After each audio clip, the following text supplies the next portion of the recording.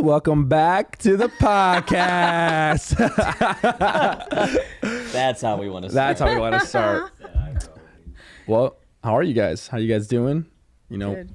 we're 3 weeks into this podcast shenanigans. 3 weeks. I thought we met last week. Yeah, it was Right, last 3 week, weeks. So, Oh, well, I guess I'm including the residency podcast. Oh. So this is our third time filming podcast. Yeah. Are you guys feeling podcast professional?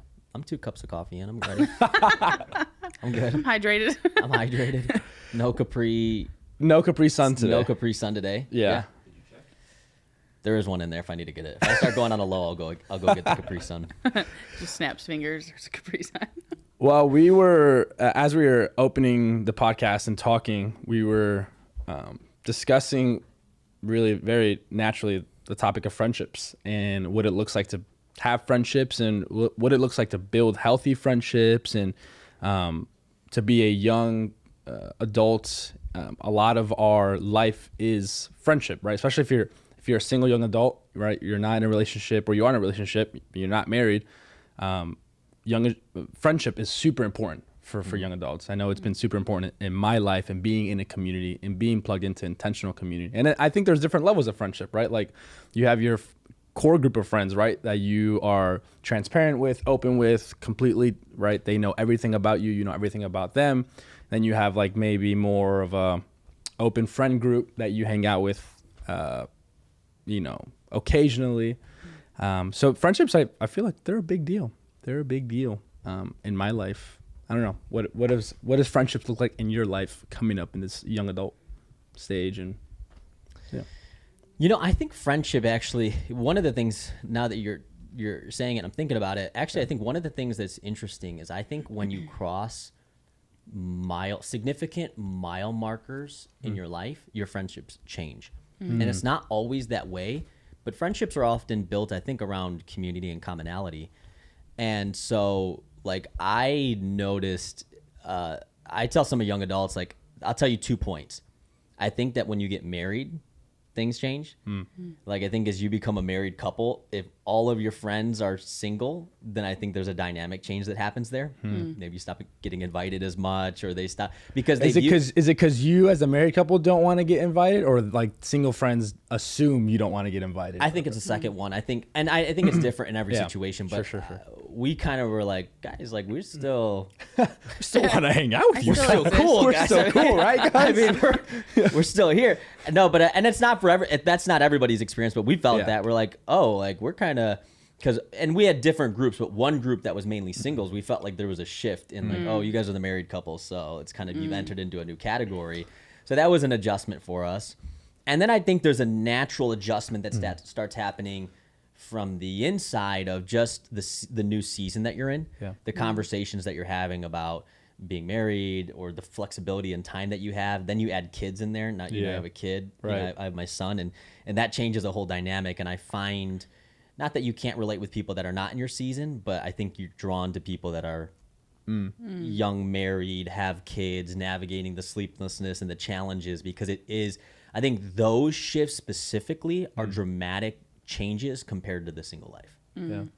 So There is also like this phenomenon, I don't even know if that's the right word to describe this, but that people are getting married at an older age. yeah, So that's changing the dynamic of friendships, especially even in the church, right? Because typically Christians in the church get married pretty young, right? But even that's getting pushed back as well. So there's this like, there's much more like when you're friends in high school versus being friends when you're 24, 25, right? You've got way more time, way more freedom.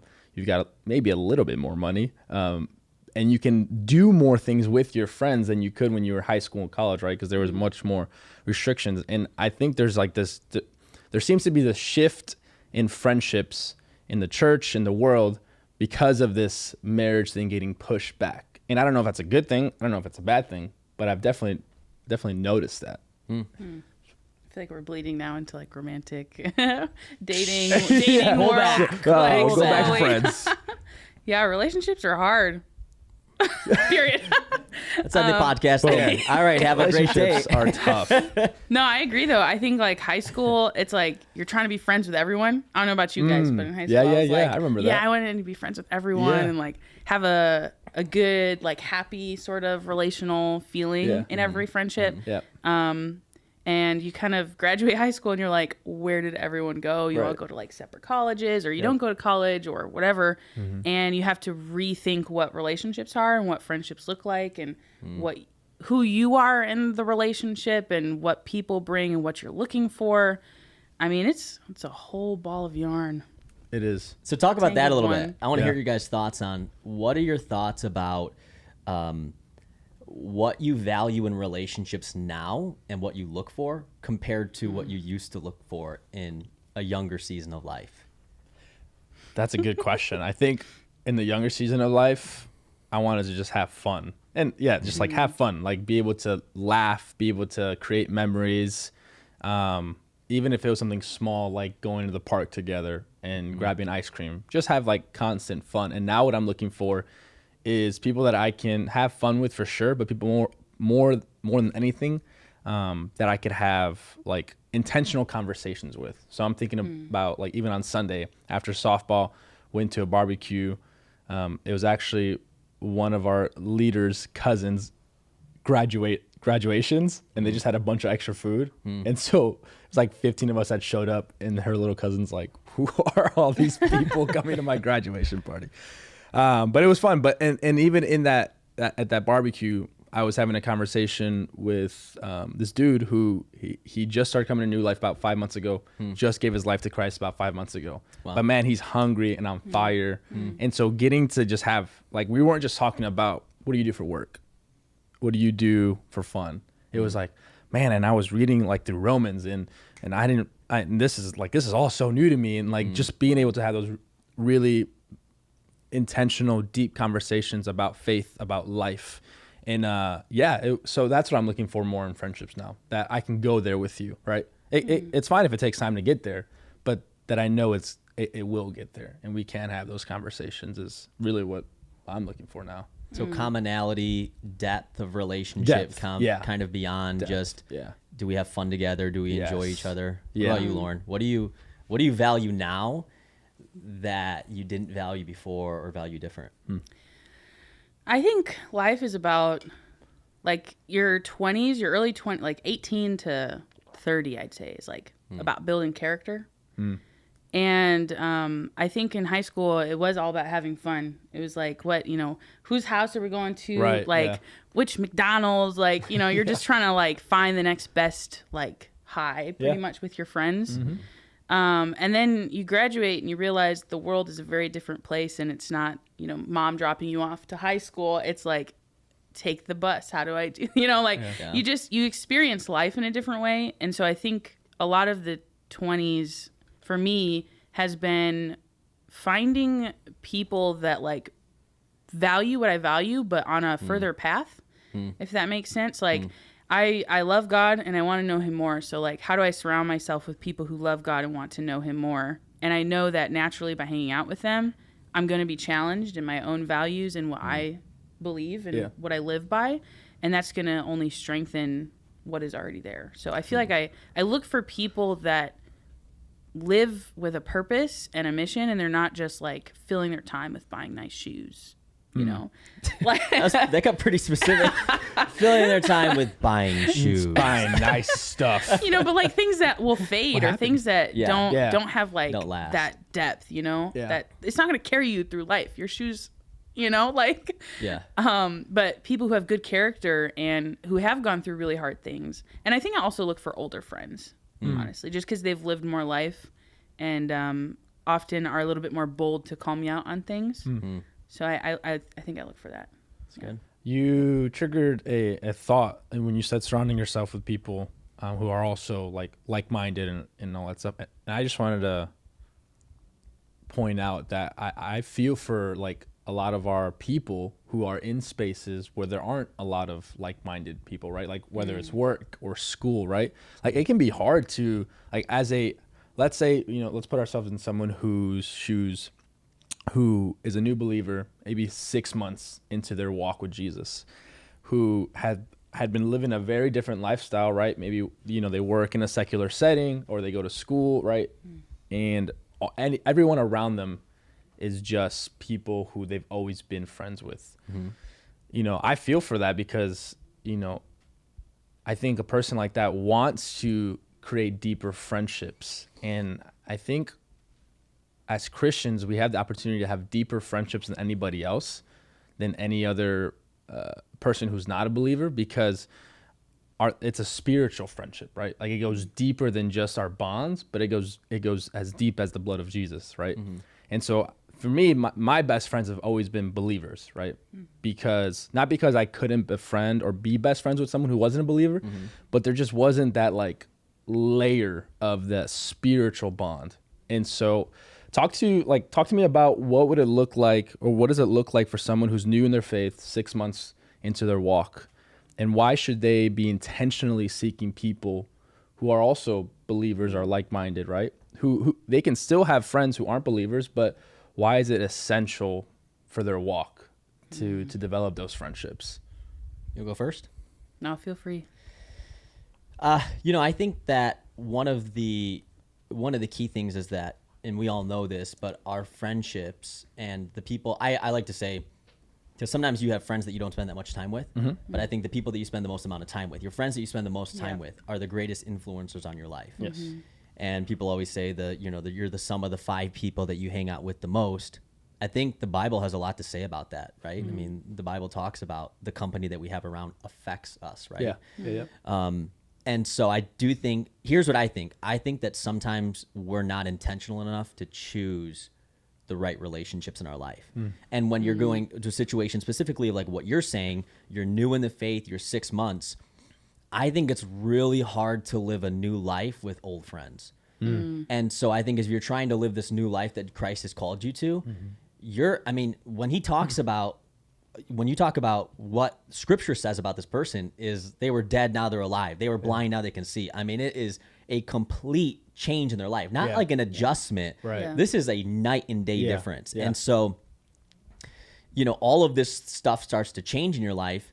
And I think that what you value and what you care about changes. And I think it's actually natural that your relationships should change. And so I think what I find is that people that are living a new life, but are trying to keep a lot of the old friends. Sure. And this doesn't mean you cut everybody off or you disengage with everybody. Right. But if your friends that you had are living really sinful lifestyles and just they're not living the way that God is, it's going to be really challenging for you, and you'll just be surrounded with it will be a much harder uphill battle to fight, because you're going to have people that you're going to feel a natural pull back into the old life, because that's what you see. Those are your friends. Yeah. And we hear this. I want to hang out with my friends, so I go to the club, or I want to hang out. I don't want to be alone, so I go to the bar with them, or I want to. Yeah. But ultimately, it leads you to taking on some of the lifestyle of those friends. So I think that if you're living this new life for Christ, I think naturally we need to be intentional to build those new relationships with Christians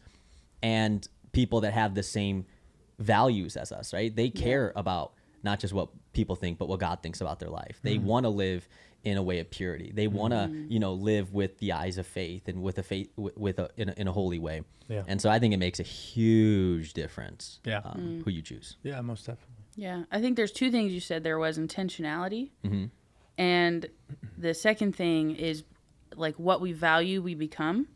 So if I, value and I really want to learn how to, I don't know, bungee jump. Actually, no, I take that back. I never want to bungee jump.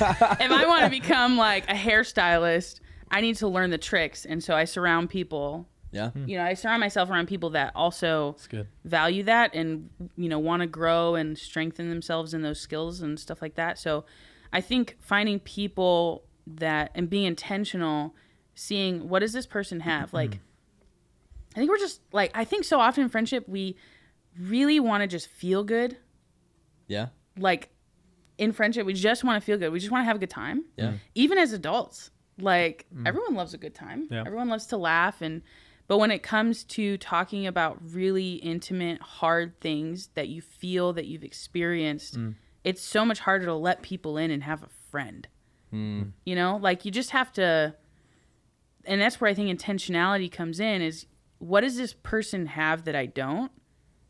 And how can I like let them lead me in that, if that makes sense, you know? So I think it's hard. It's really hard to find friends that value really core values of Christianity and believe that like we as humans are created for relationship. Yeah.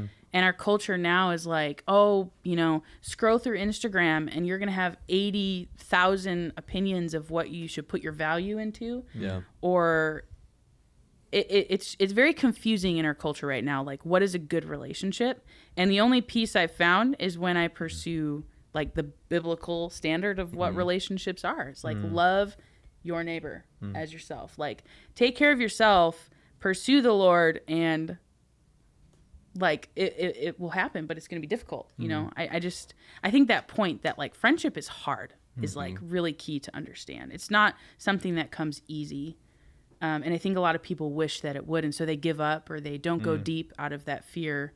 But yeah, what are you guys' thoughts on that?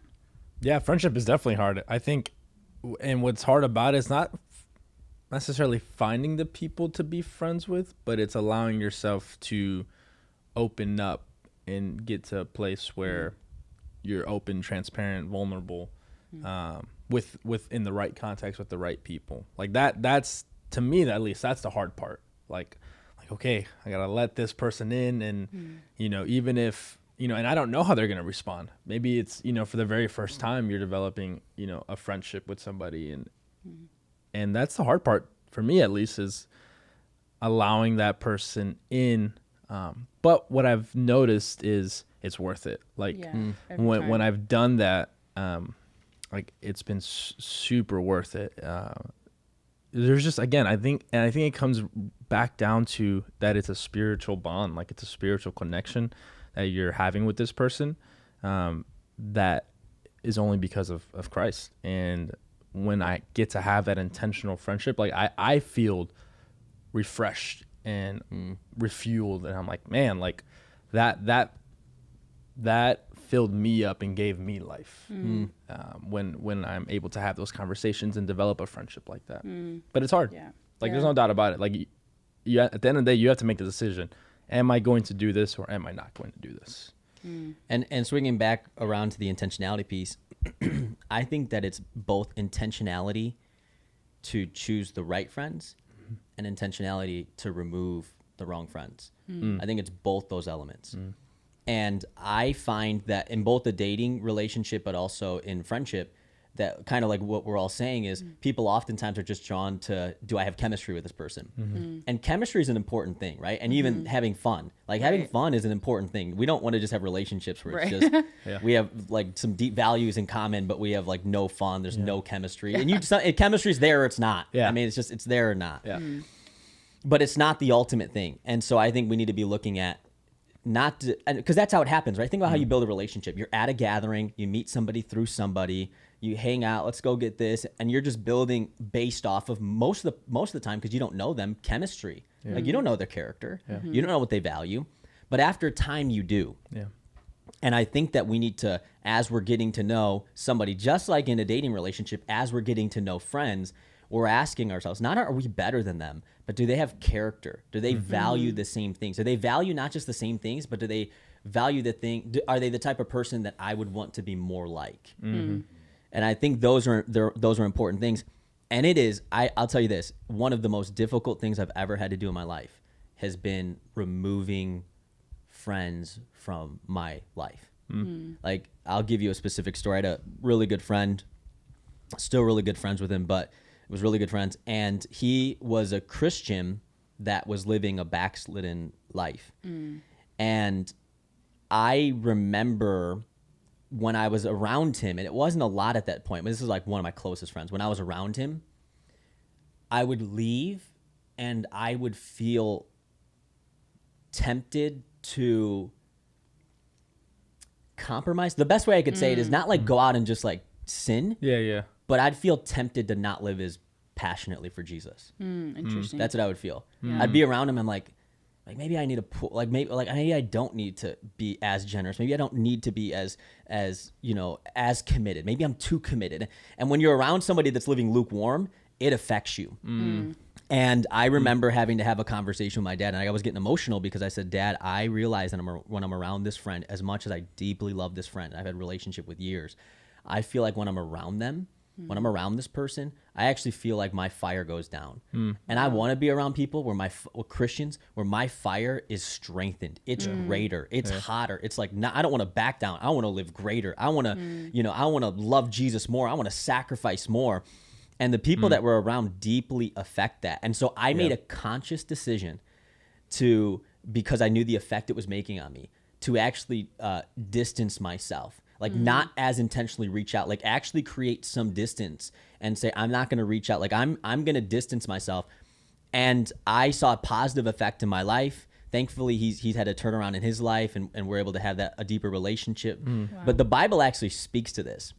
It doesn't say don't have relationships with unbelievers, but it actually says create distance when you have a believer in your life that is backslidden. They're living in a way that's contrary to the faith that they proclaim. They're living in unrepentant sin. They're just deciding, like, I'm going to live in this way, and I know it's not the right way, but I'm going to. That's so difficult when you really love someone, to create that distance between them because you love somebody else more. Yeah. What do you guys think about that? Yeah. Oh, that's tough. Yeah. We jumped in the deep end today. Come on. That's good. It's good. No kiddie pool, no floaties. I was sitting ocean. here, honestly, if I'm completely honest with you, Yeah. I'm like, I don't know that I could do that. Like, just initially, just right off the bat, like I have a really good friend. And like, Brother level. yeah. And I'm sitting here thinking, like, man, I do leave a little bit like less on fire for Jesus when I'm done hanging out with him. Not always, Yeah.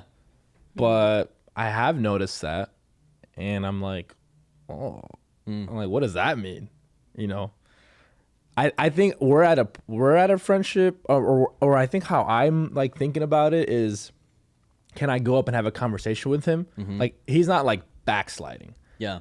But can I go up and I can go up and have a conversation with him and be like, hey, this is how I'm feeling when I'm with you. And I know, like, we're brothers. So, like, and I know you don't want to be there. Yeah. So, like, maybe let's change this, Yeah. and see. And, like, is that an initial conversation that I can have first before I'm, like, distance, right? Yeah. And I think you should. Yeah. Like, I think that's like the attempt. Yes. Is you try to help that person bounce back. Yeah. My situation is this brother had been years of compromised living, and kind of had accepted it at that point that this is just kind of how I live. Yeah. And I really had to make a choice. Yeah. And that's why I think it's so important that everything in our life comes back to our love for Christ. Yeah. And that's what he tells us, right? I mean, it was just a real picture of me having to choose, like, my love for Christ or someone that literally, like you were saying, is like a brother to Yeah. me, like a brother, like that I would die for. Yep. But realizing and taking time to reflect and evaluate, is this relationship pulling me more towards God and to be more like Jesus and to live more passionately for Him? Yeah. Or is it pulling me away? Yeah. Because your relationships will do one of two, but they're never just neutral. Yeah, they're never neutral. Yeah. It's always a positive or a negative. Yeah. And I challenge people to sometimes write down the 5 names of the people you spend the most amount of time with, and be honest with yourself. Keep it private to yourself, but a plus or a minus. A plus is, this person pushes me to be more like Christ, or a minus. And then you have to, evaluate either having a conversation with them or the really hard thing of saying, maybe I need to, I mean, you don't need to have a conversation like, hey, I'm done being your friend. No. Delete, block on Facebook. but more so just the pulling back. And we know how to do that. The pulling back of a relationship. Yeah. So I think that's valuable lesson to learn. And I think a part of that, like you said, it might have been just a turning point in your life where you had to choose, what do I love most? And then follow that direction.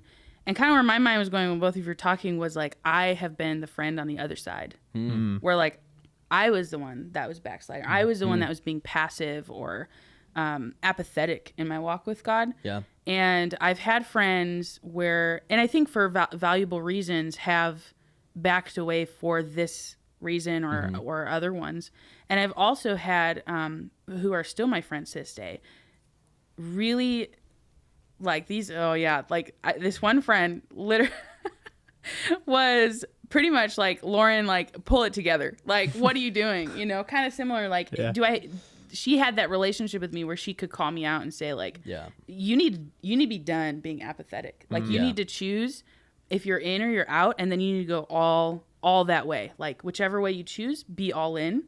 And that woke me up. Like, I realized, okay, no, what I'm choosing to do and how I'm choosing to live right now is also affecting the people around me. And so it leads me to this question that I want to get you guys' input is like, how we often think like, oh, what friends are around me and like, what can I gain from friendship? But like, how do you be a good friend? Like, how do you give and be a good friend?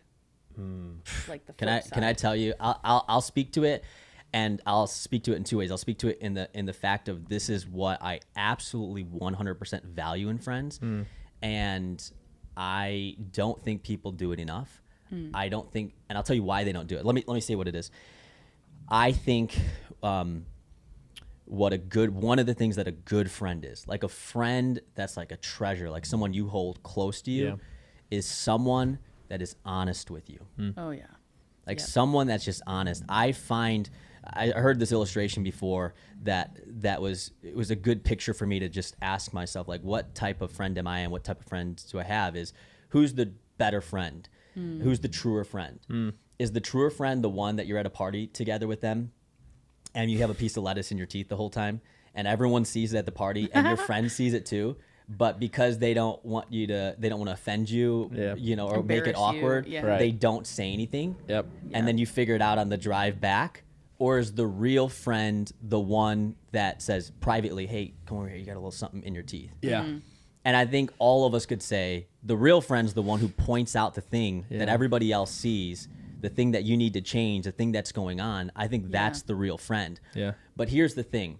I think a lot of people don't have honest friendships because people are not willing to risk the cost of whatever that honesty is. Totally. I mean, I see this so often where everyone's just, they see the lettuce in the person's teeth, but none of their friends will say it to them. And I'm here, honestly, dead honest. I don't need more friends in my life who are just going to be around me and are not going to tell me where I need to grow. Are not going to, because I think you cannot develop somebody unless you're honest with them. You cannot love somebody unless you're honest with them. Like, I think that's love to say, hey, I love you enough that I see what you're going through and I'm going to call you out of that. But how many friends that you had or I have or you have, Abel, and never said that to you, you know, when you're in a tough season? Tons. Unfortunately, hundreds. And all of us, right? What do you think? What do you guys think about that? What do you think about that fact? Because I mean, seriously, I tell people all the time, like, I don't need more people that are just going to tell me what I want to hear. Like, I need people that are going to be honest with me. No, I think that's huge. But I think, you know, I think the culture that we live in right now, it's very much like, I don't want to offend you.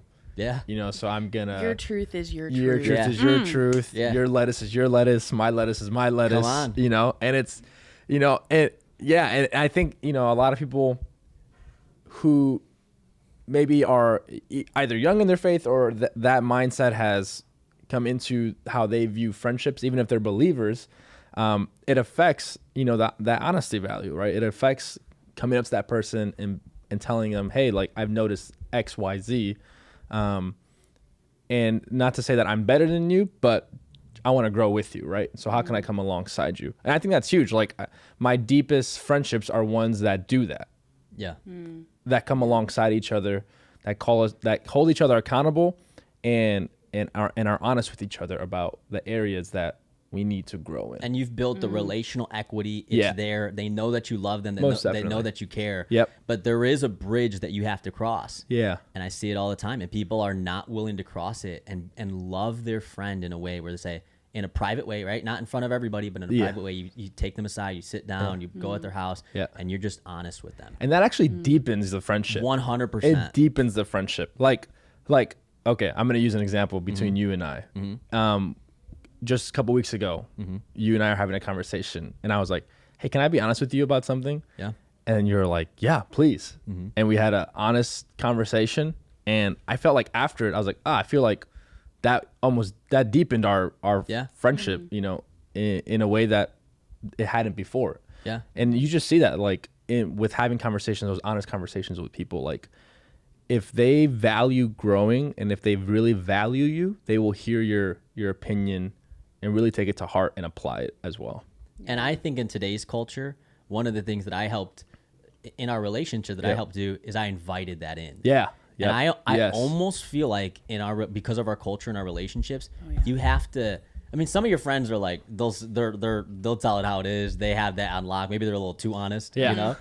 But there's a lot of people that maybe you're like that was hurtful. Yeah, it was like, did you need to tell me my outfit was bad? Yeah. Like that was you didn't need to go that far.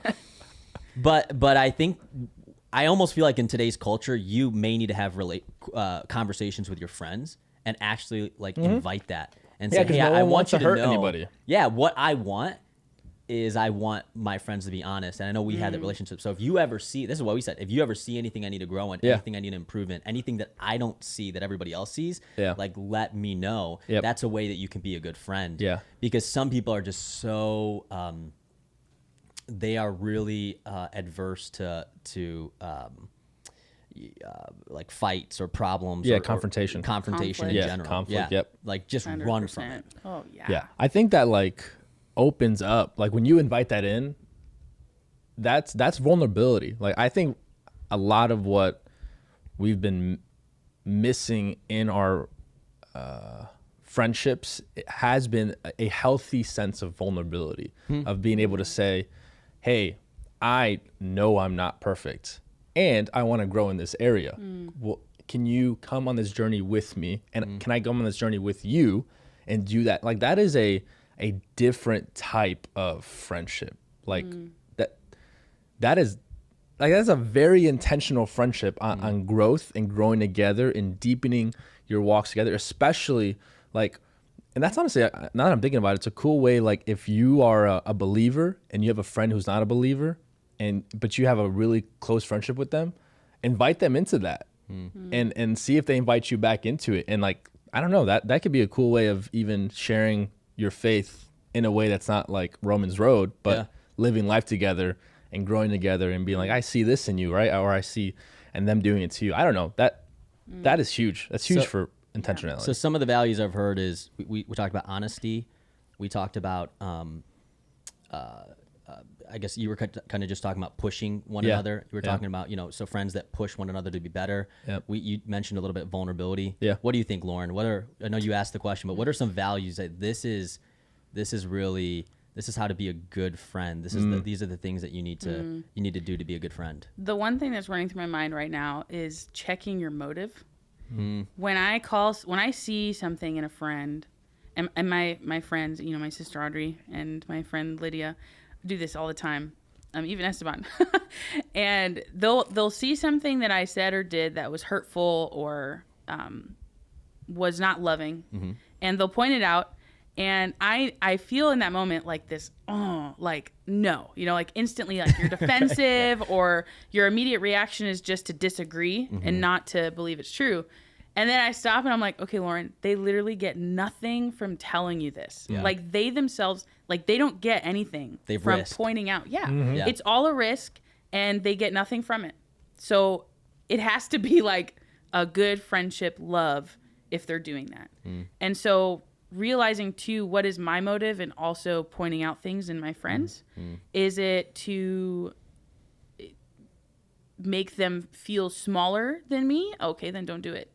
Or is it, to make me feel like I got it all together and they need to like get to my level because we're all on different journeys? That's unfair. So not gonna say it, But if my motive is love and love is active, in any relationship, like love is active. It is a verb. Like you have to do things in order to show love. You can't just say, I love you to my friend. Like it doesn't work. And it doesn't go far and it doesn't go deep. And so when it's just, I lost my train of thought there, but love is active, and taking action is important, because that's what takes it to that level. Yeah. Like, you could have in that moment just walked right past and said, oh no, I'm not going to say anything to Josiah, Yeah. but you didn't. And Yeah. now you feel like there's that deeper connection. Yeah. And so I think checking motive, that's what I was saying, is very key. And for anyone, the friend or the one receiving or giving, I think is one thing. Yeah, I think I'd like to talk about red flags. But let me throw one more thing that I think a good friend does. I think a good friend cares and probes to find out how somebody's actually doing. And I read in this book before, it said, don't just ask people, how are you doing? But say, how are you doing really? And it helps you, because how are you doing can sometimes be almost like just hi. American greeting. Yeah, how you doing? Yeah. How you doing? Yeah. Oh, How you good, doing? thanks. And it's Good. like not expected to have an answer. Right. But how are you doing Really. really? Yep. And friendships that are not just vulnerable but are deep. Yep. That is one of the key things that I think a good friend does. Is a good friend doesn't allow a relationship to stay shallow. They probe to those areas, like, how are you really doing in your relationship? How are you really doing after that person passed away? Yeah. How are you really doing in the new job that you're at? And trying to pull back the layers to really get to the person's heart. And I think it's really important. I've learned that from somebody, not asking me. I had in college, I went through one of my toughest years, my freshman year of college, was just super depressed for like months. And I had a buddy of mine that I remember feeling like, I just need somebody to ask me, how am I doing? I just need somebody. And I was like in a leadership position. I had all this weight. I was leading the youth ministry. I'm just depressed out of my mind. And so I asked a friend of mine, I said, hey, do you want to go to Chick-fil-A with me? And of course, Chick-fil-A makes everything better. Yep. And God's Free chicken. plug. God's chicken. And he said, hey, sorry, I don't have the money. And so I said, I'll pay for you. Literally, my whole intention of inviting him out is for him to ask me, how are you doing? And so makes me wanna cry. I show up at this Chick-fil-A, and it's the downtown location. We walk there, we're chit-chatting, we get our food, we sit down from one another. I'm super depressed, but I'm like, nobody knows. Nobody has a clue. And I sit down, and I'm like, he's bound to ask me over this hour-long meal. He's bound to ask me, how are you doing, man? And I can open up about some things. And he starts and he goes, I'm really glad that you invited me here. Oh, it says, I got to tell you about some things I'm going through, and just unloads. And I like just keep my mouth shut and I listen. I just try to help him through his thing. Yeah. But I like still remember that memory like vividly in that moment of just desperately just wanting to express, talk, know that somebody else cares, know that somebody else can feel that and it can be with me in that moment, can pray for me, can just say, wow, I didn't know you were going through that. And so I bring it back, like that memory has helped solidify to me to always be willing to go that extra step with people and say, not just bring my problems to the table, but say, how are you doing? And then really say, but really. And that question invites people, like it says, I want to be with you. Like I want to be in this with you. Yeah. And I think one thing we need to be careful of is like not fixing the problem, but like you said, I just need someone to listen to me. Yeah. Like I just needed someone who can hear me out and I can process these things, ask questions, direct me, but you're not asking anyone to fix your problems. Yeah. And I think in our culture today, and I know for me, I've really had to work on like, you're not supposed to fix people's problems. Like just love and be there and listen. Yeah. And that question is such an invite to that. Like I really want to know, like really be honest with me is. But if we had that reality of just saying, really giving people the space to just say, here, I'm here to listen. I'm here to listen to see how you're doing. Yeah. Yeah. Going back, you asked a little bit ago, what were some of the values, in friendships, right? Honesty, vulnerability, deepness, depth. It reminded me of John 15:13. Jesus says, there's no greater love than to lay down one's life for one's friends. And to me that, right, obviously the most beautiful form of love in the gospel, right? Jesus laying his life down for us. But for me, I'm even seeing this verse, I'm like, okay, how do I lay down my life for my friend and it could be as something as easy as I'm going to lay down my comfort of not saying something, like going back to the lettuce thing. I'm going to lay down my comfort. I'm going to risk our friendship, so to say, right? I'm going to lay down what I'm okay with right now for the sake of a love for my friend right now, and to have these conversations with them, and to hold them accountable, to show them where they need to grow, right? And I think that's so great, because it really moves you away from being self-centered to being someone who is gospel-centered and wants to love somebody out of the love they've already received from Christ. Yeah. I think when you love with that kind of love in your friendships, selflessly, when you love, like, you're just like, you in your specific situation, your friend, right? Your intention was to be the one to be able to pour out what you're going through, and your friend needed, right, that in that moment. I don't know if he needed it more, but he needed that as well, right? And so for you to be like, okay, all right, God, like, even though I'm going through this right now, I'm gonna lay down my wants and needs right now, and I'm gonna hear out my friend and be here with him. Yeah. I think if we were to be more intentional with our friendships, in that way of being less selfish and being more selfless, and being open to letting our wants go a little bit.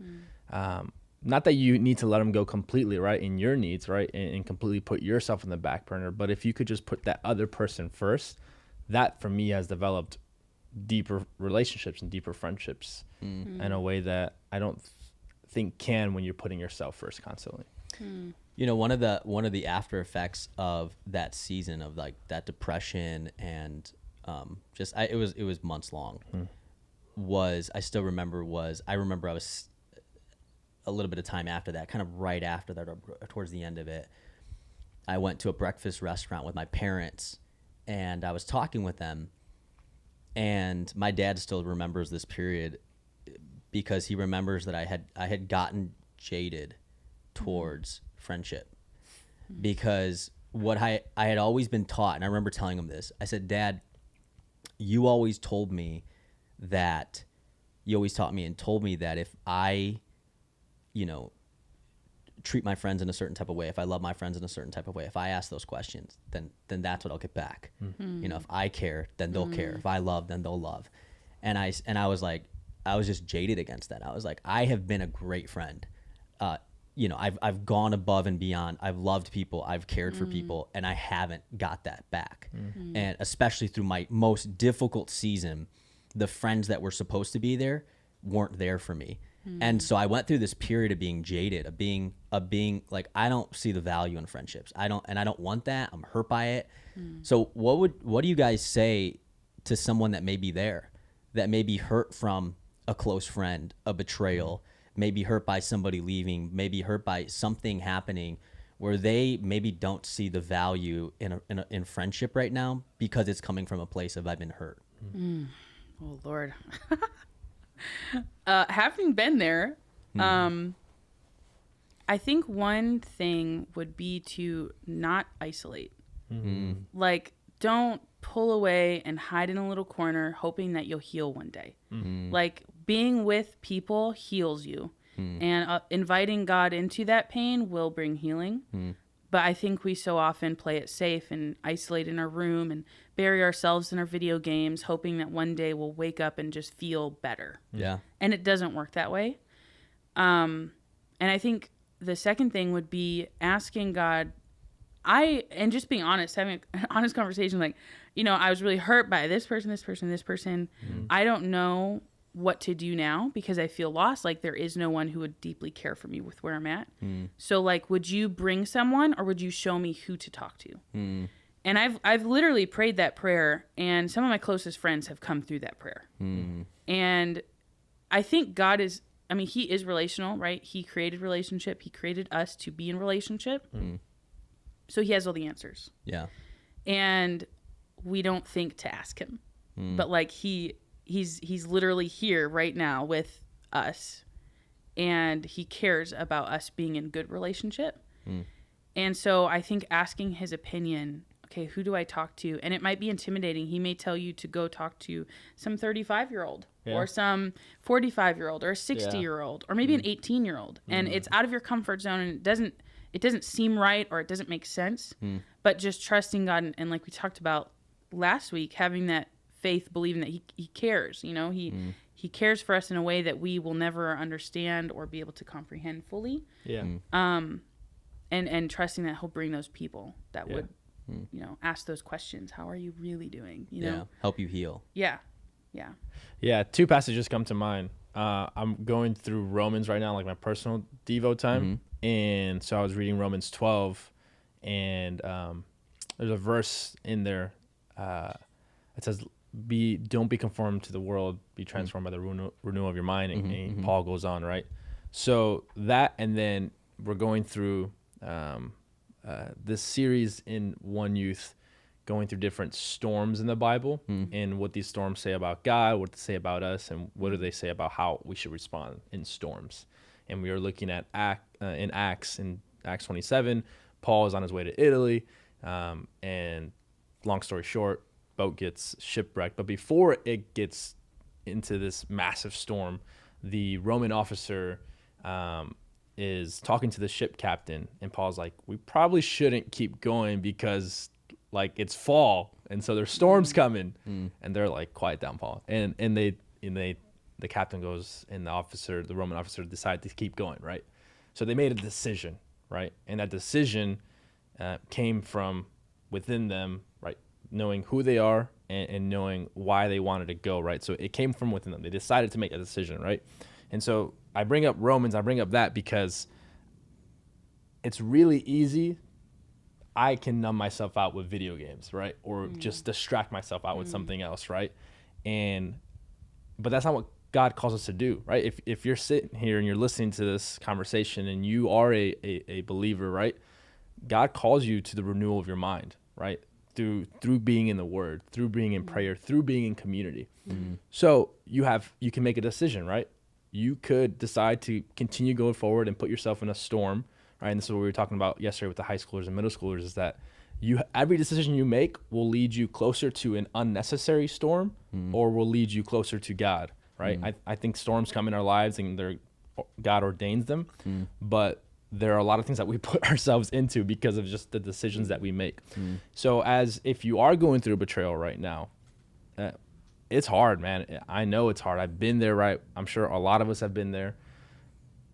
But you have to continue to decide and make that decision for yourself. Like, I'm going to, even though I've been betrayed, even though I'm going through this hard time, I'm going to decide, to echo what you said, is I'm going to reach out to God. And I'm going to ask him for wisdom and advice, and ask him to bring friends into my life, right? Even if it is someone younger than me or someone way older than me or someone in a different season of life than me. It may not make sense, but you have to decide to make a decision to pursue the Lord, to seek out intentional community. Like, I think we can just sometimes get caught up a little bit. Sometimes we can get caught up in like pitying ourselves a little too much. Because I say that because I do that, right? I'm not saying that because I don't do that. I'm saying that because I do that, and I've struggled with that at times. But you got to decide to like continue to intentionally, even if you've been betrayed. I mean, we live in a broken, sinful world, and we may be believers, but we still have selfish desires at times, and we can be, prideful at times. And you got to decide, man, I'm gonna intentionally continue to seek community at whatever capacity that is, and continue to, most importantly, seek the Lord out in this. And what does he have for me? Who is he bringing into my life? What is he trying to do through this? What is he trying to teach me through this? Like, if we can get away from being less self-centered and less self-focused to more God-centered, more God-focused, and what is he trying to do in this moment, it really does help through like those tough seasons and through those betrayal seasons and through losing friendships. Like, it really does. Yeah. Remembering, I think one of the things that helps us be a good friend to people is our friendship with Jesus. Yeah. And I'll tell you one more. Sorry, my stories are all like super depressing today. So, and we're here. You're sharing your heart. It's good. So at the start of that season of that freshman year of being at Moody, part of the I think maybe the first thing in like the domino of just all these massive things that happened in a short period of my life that sent me on this long depression was I went to Moody, and Moody was like a culture shock for me. Yeah, me too. It was just I was used to different culture, and it wasn't a bad culture. It just was a culture shock to me. Yeah, for sure. And I will never forget this day. I still remember those first few weeks. And, you know, the first few weeks, nobody really knows each other. So you're really trying to just, you know, Hello. Hi, you know, you're just trying to be saying hi. Yes, yeah. I was not used to that. What grade are you? Where You know, are you what from? year I'm are like, you in this? And where I did don't you know come you. from? You're answering all the same questions, but Yeah. you're trying to make friends. I mean, I Yeah. didn't know anybody there. Yep. And so I'm there, and I remember I went to lunch this one day, and you sit at your floor, Table. you know, bro sis table. Yeah. And I just remember after that lunch, I was trying so hard to make friendships. Yep. Like I was trying, and I felt like they've always come more easy to me. And for whatever reason, I just couldn't, like, people just seemed not interested. They didn't weren't really super interested in talking with me. And just, I remember walking out of the hallway, feeling like I am trying so hard Yep. for people to like me Yep. because I want to be just a friend, because I want some friends. Yeah. And I feel like people are not interested. And I remember walking down the hall and back to my room, and I was just at my lowest moment. Like I was just so low. Yeah. And I went back in my room, and my room wasn't there, and I locked the door, and I just got out of my bed, and I was like just crying. And I'm not like a real crier. I know. Sorry. This is bring the tissue out for this podcast, right? I'm not like that type of person that goes back to the room and cries a lot or anything like that. I just felt I felt so out of place. I felt so like I am putting my best effort forward, and people just do not what's wrong with me? Like, Yeah. I'm trying to listen. I'm trying to, and I'm just trying to make some friends, and people are just not interested. And I felt defeated. Yeah. And I was laying on the bed. I've only had this happen a few different times in my life. I'm laying on the bed. I still remember I had a flip phone. Oh yeah. I had a flip phone because I wrote this in there, and it's still in there where that phone is, somewhere in my belongings. You still have it. Somewhere. That's awesome. Somewhere in all my old stuff. I'm laying on the bed. I'm crying, silently, right? Because you're on a guy's thing. You're like, you gotta cry privately. You can't really show emotions. Was it raining outside? Yeah, it was raining outside. There was a sad violin going. Coldplay was playing somewhere. And here's what the Lord said to me. The Lord said something so powerful to me. He said something to this effect. He said, Josiah, he didn't say my name. He said, I like you just the way you are. That's so nice. Yeah. I mean, I have only less than 5 times in my life Yeah. have I had God speak to me in a insane way. Yeah. Like more than just a heart prompting or something Right, like that, right. where I literally heard I don't believe it was audible, but Yeah. I knew God just spoke to me in that moment. Yep. And God just spoke and for whatever reason, that's when God would typically speak to me at my lowest moments. Like that truest friend that would just be there and just come alongside you like, I know how you're feeling right now, and I Yeah. just want you to know, like, exactly how you are right there. Like, I like you. Not I love you. He didn't say I love. He said, I like you. I like you the way you are, like right there. And it was just the words of not just a father, but the words of a friend that I just needed to hear, that just like lifted my spirit and helped me through that day.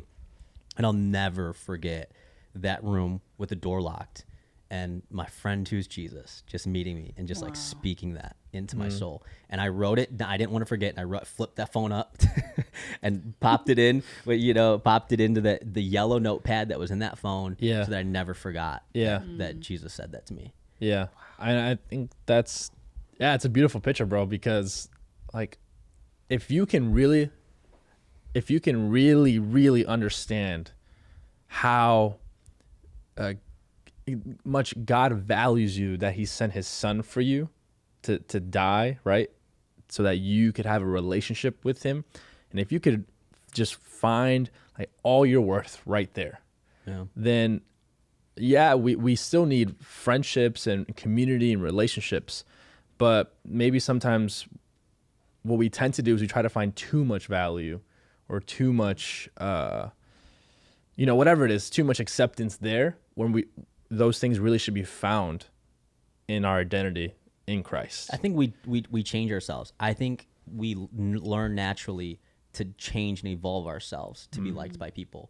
I think we change the way that we dress so we can be liked in school. I think we change the way that we act to try to be liked by people. Yeah. And I think we're through our life, we're shaping and molding ourselves to be liked by people. Yeah. And I think a lot of times you talk about how God loves us, and I think we need to talk more about how God likes us too. Yeah. Of just like, I know God loves you, but he also likes you. Yeah. And he made you just the way you are, and he likes you just like that. Yeah. Like with your ideas and your quirkiness and your and the way you're wired and your Creativity. sensitivity and your Yep. creativity and the way you talk. Like God doesn't just love you. Yeah. Well, let's talk more about how God likes likes you. you. Like he Yeah. likes you and accepts you Yeah. and draws you. Yep. And I just preached on Romans. Like Romans is like, he called you to belong. Like Yeah. God's like, you That's belong powerful. with me. And I think that's the heart of the gospel, that God, he's not just a father that loves us, but a perfect father likes his children too. And sometimes people love people, but you know, it's like, I love you, but I don't like you. It's like God loves and likes us. Yeah.